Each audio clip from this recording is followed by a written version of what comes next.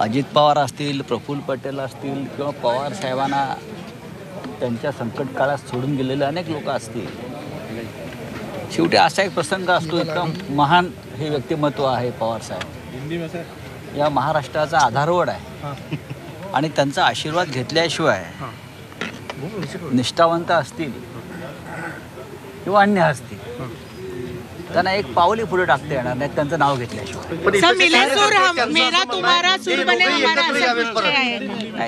एकत्र यावेत असं म्हणणं आहे काही कार्यकर्त्यांचं. त्याच्याविषयी मी काय बोलू शकत नाही. आमच्या पक्षाची भूमिका वेगळी आहे. सर सूर एक हमारा ऐसा हो रहा है क्या, मिले सूर मेरा तुम्हारा और सूर एक. आता असं आहे की पवार साहेब हे एक स्वतंत्र राजकारण करणारे व्यक्तिमत्व आहे, पण महाराष्ट्र आणि देशाच्या संदर्भात म्हणाल तर पवार साहेबांनी नेहमी देशाला आणि महाराष्ट्राला मार्गदर्शन केलेलं आहे.